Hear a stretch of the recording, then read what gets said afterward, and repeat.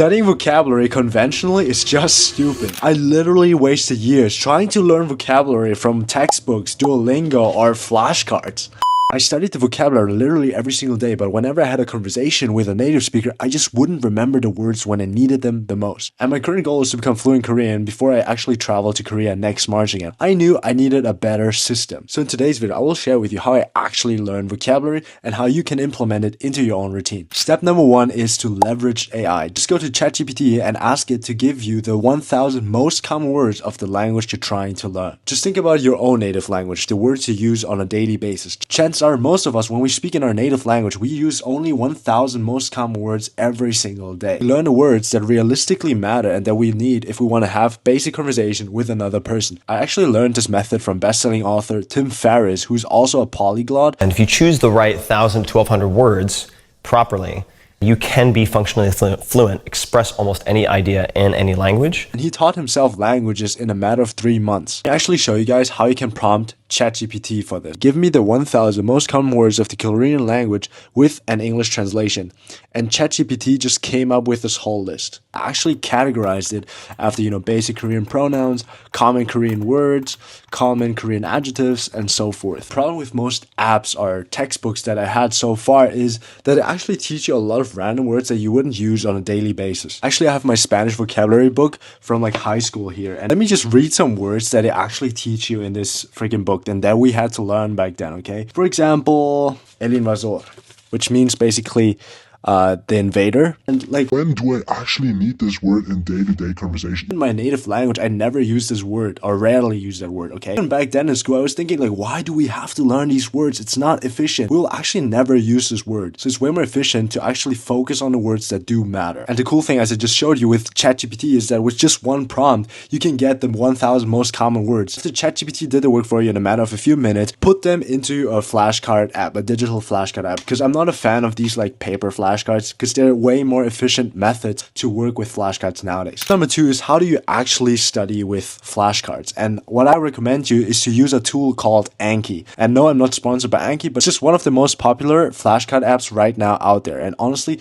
law students, medicine students use it for a reason. So after you generated the 1000 most common words, I would open up Anki and open up different folders in Anki to categorize the words in Anki as well. It takes some time. So what I do is I batch all of them together in one day. I put in some good music to listen to and put all the 1000 words into Anki in just one day. But if that's too much for you, just go at your own pace and put them into Anki at your own comfort. The reason why Anki is so efficient is that they used spaced repetition. Basically what that means is their algorithm calculates exactly what vocabulary you need to repeat at what time. And if a word, for example, is easy for you to remember, Anki will not show you that word often because it's already easy for you to remember. It's already in your long-term memory. On the other hand, if a word is really hard for you to remember, Anki will show that word more often, so you have more time to actually practice that word. Also, when you study vocabulary using Anki, make sure that you actually speak them out loud. And maybe this is very obvious to you, but I actually know some people who study vocabulary by just thinking about the solution in their brain without actually speaking it out loud. The reason why you should speak it out loud is that you actually practice pronunciation that way, not just memorization of the word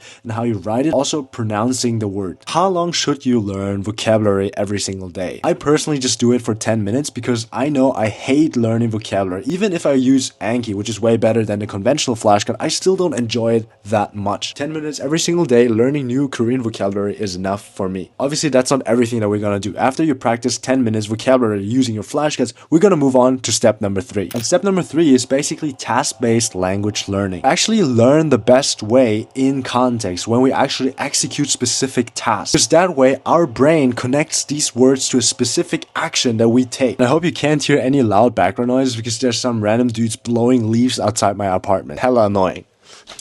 Shut up! Calm down, David. Okay, back to task-based language learning. Basically, what I do is that whatever routine or task I have in a day, I try to connect language learning to that. That's basically how I got fluent in English as well. In high school, when I studied English, I used to work out and listen to YouTube influencers in English because it was so efficient. I'm currently applying that to my Korean language journey. So for example, right now, when I'm working out or I'm going to the gym, I listen to Korean fitness influencers, Korean YouTubers, talking about their fitness routine or how they do specific exercises. exercises. That way I learn specific words in the context of going to the gym. Same thing can be applied to any other task that you have. For example, cooking. If I'm cooking right now, I watch Korean tutorials. It's a fun way how I can learn a new dish while at the same time learn the ingredients in Korean. So think about what kind of tasks you have in your daily routine and where you can implement vocabulary learning. And let me tell you, it's way more fun to learn vocabulary this way than just sitting in front of your laptop, studying the flashcards all the time. Step 4 is going to be applying your knowledge, because so far we only talked about